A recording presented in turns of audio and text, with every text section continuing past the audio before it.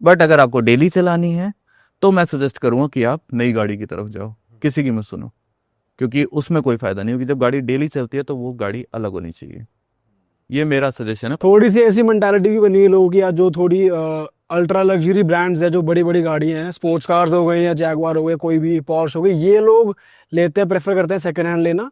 10 लाख 12 लाख 15 लाख की गाड़ियां फिर भी ब्रांड न्यू खरीद लेते हैं। खरीद लेते हैं। अब देखो एक बात बताता हूँ, मैं 80 लाख गाड़ी में नहीं खर्च कर सकता, मुझे लगता है आप लोग भी नहीं करोगे। 80 लाख 90 लाख रुपए हम अभी नहीं खर्च करेंगे, क्योंकि एक बड़ा अमाउंट है। अब वो एक्सपीरियंस चाहिए बड़ा अमाउंट का, तो क्या करोगे भाई, प्री ओन्ड में जाएंगे। तो प्री ओन्ड में आपको एक्सपीरियंस मिल रहा है, बट उसकी भी 2 शर्तें हैं भाई। वो एक्सपीरियंस के चक्कर में ना 12 लाख का चूना मत लगवा लो, उस गाड़ियों का इंस्पेक्शन पक्का करवाओ। ये एक अच्छी बात है कि यार आपको गाड़ियां मिल रही है। और उसका रीजन भी क्या है, इसका रीजन वो ये जो अभी 10 साल का जो एक रूल आया है, आप लोग सबको पता ही होगा जी कि डीजल की गाड़ियां जो है, आप लोग भी डीजल ही चलाते हो। हाँ।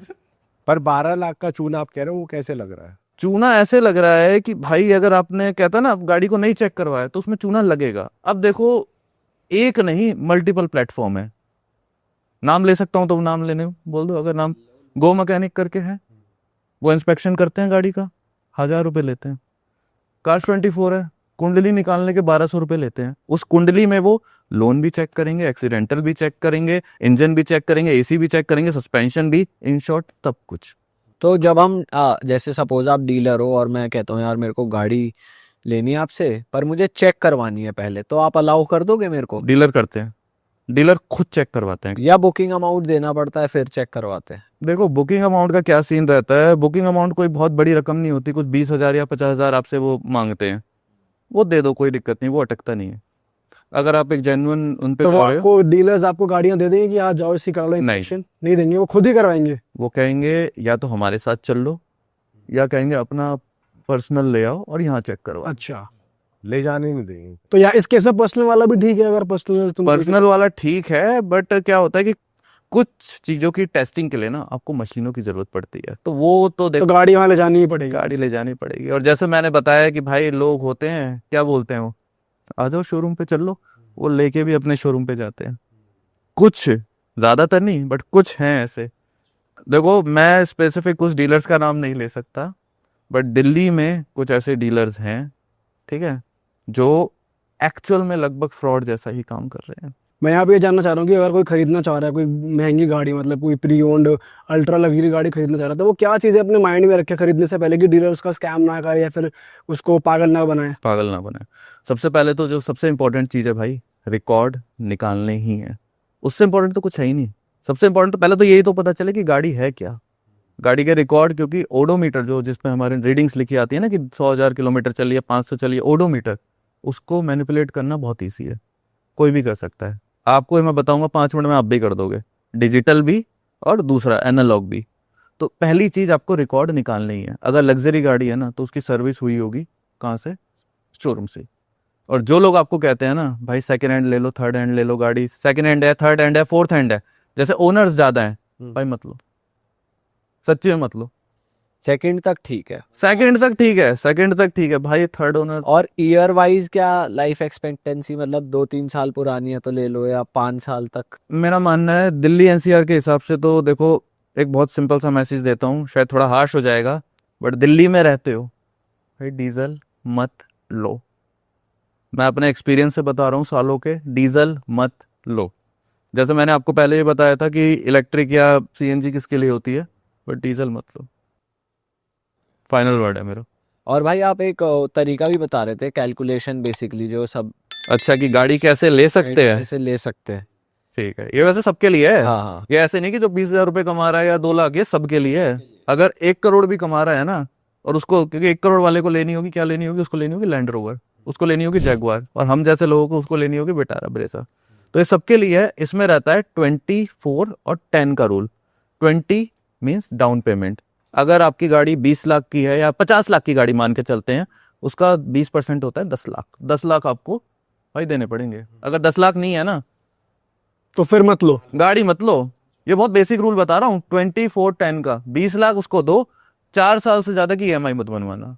अगर बन गई 4 साल से ज्यादा की ईएमआई, भाई अभी कह रहा हूँ, इस पॉडकास्ट को सेव कर लो, अपने व्हाट्सएप में रख लो, फिर पलट के सुन लेना 2 साल बाद, भाई कहोगे नहीं सही कह रहे थे भाई, मत लो। 4 साल से ज़्यादा की EMI मत बनवाओ उसकी। दूसरी चीज़, आपकी जो 10% EMI जो होनी चाहिए आपकी सैलरी का पार्ट होना चाहिए। मतलब अगर आप 1 लाख रुपए कमा रहे हो तो 10 या 11,000 रुपए से ज़्यादा मत दो। तो ये रूल होता है, ये बेसिक इकोनॉमिक्स का रूल है। अगर आप गाड़ी लेने जा रहे हो, घर लेने जा रहे हो, सब में होता है, बट हम गाड़ी में इसको पहले प्रेफरेंस देते हैं। लास्ट रूल जो है, जो 10% है, उसमें थोड़ा फ्लेक्सिबिलिटी हम रख सकते हैं कि वो 10 से 15 या 20 भी कर सकते हैं, बट इनिशियल 2 में थोड़ा नहीं।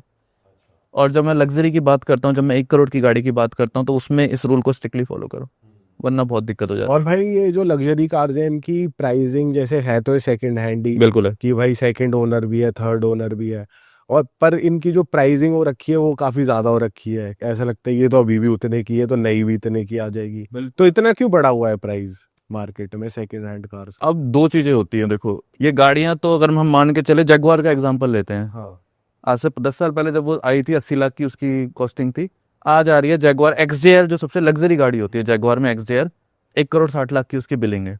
बट आप 1 करोड़ 60 लाख से कंपेयर नहीं करोगे, क्योंकि आप 10 साल पुरानी गाड़ी ले रहे हो 2015 की, तो आप 80 लाख से कंपेयर करो। अब आज 2025 में हम बैठे हैं, 10 साल हो गए, 1 साल का अगर आप 6 लाख भी डिप्रिसिएशन मार के चलोगे तो 60 लाख तो वैसी वैल्यू कम हो गई। तो अगर आप 15 की गाड़ी ले रहे हो तो आपकी कीमत ठीक है 15 लाख, बट आप जैसे आप बता रहे हो कि यार ये तो अब भी महंगी है, हाँ, तो अगर वो 1 या 2 साल पुरानी है तो उसकी वैल्यू बढ़ेगी। वरना अगर जैसे डिप्रिसिएशन मैंने बताया, 5-6 साल हो गए तो उसकी तो काफी कम हो जानी। उसकी अगर मैं बताऊं 5-6 साल हो गए तो आपकी गाड़ी की वैल्यू हो जाएगी 40% कम, 30% 40% कम, सीधा, जो भी गाड़ी हो। अब इसमें आप लैम्बोर्गिनी भी ले लो और इसमें आप रोल्स रॉयस भी ले लो, कोई सी भी ले लो, क्योंकि प्री ऑन मार्केट में सब खड़ी है। आपका बजट होना चाहिए भाई, प्री ऑन में सब खड़ी है। और लिम्बोर्गिनी की एक आपको स्पेशल बात बताता हूँ, शायद आप लोगों को नहीं पता होगी। लिम्बोर्गिनी की जितनी गाड़ियों के नाम होते हैं ना, वो होते हैं बुल्स के नाम पे। पता है आपको? नहीं। सब बुल्स के नाम पे, स्पेनिश नाम होते हैं सारे। अच्छा। हाँ, सारे स्पेनिश नाम होते हैं। उसका तो लोगो भी बुल वाला बुल वाला ही लोगो है, सारे स्पेनिश नाम होते हैं। उसका भी रीजन है। और ये बुल ऐसे वैसे बुल नहीं है, ये बुल्स जो होते हैं ये लड़ाई लड़ते हैं वहाँ। हाँ, और सही जो कह रहे हो। अब जैसे मैं गाड़ी का नाम बताने वाला हूँ, लिम्बोर्गिनी की मुर्सिलैगो। ये मुर्सिलैगो जो बुल है ना, इसको 21 तलवारें लगी थी, तब भी इसने सरवाइव करा इन 1984। अच्छा।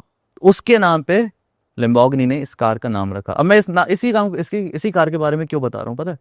क्योंकि इसकी जो एवरेज है ना, लोग जब लग्जरी की बात करते हैं तो लोग कहते हैं इंडियन मार्केट में क्या होता है, एवरेज बहुत चलती है।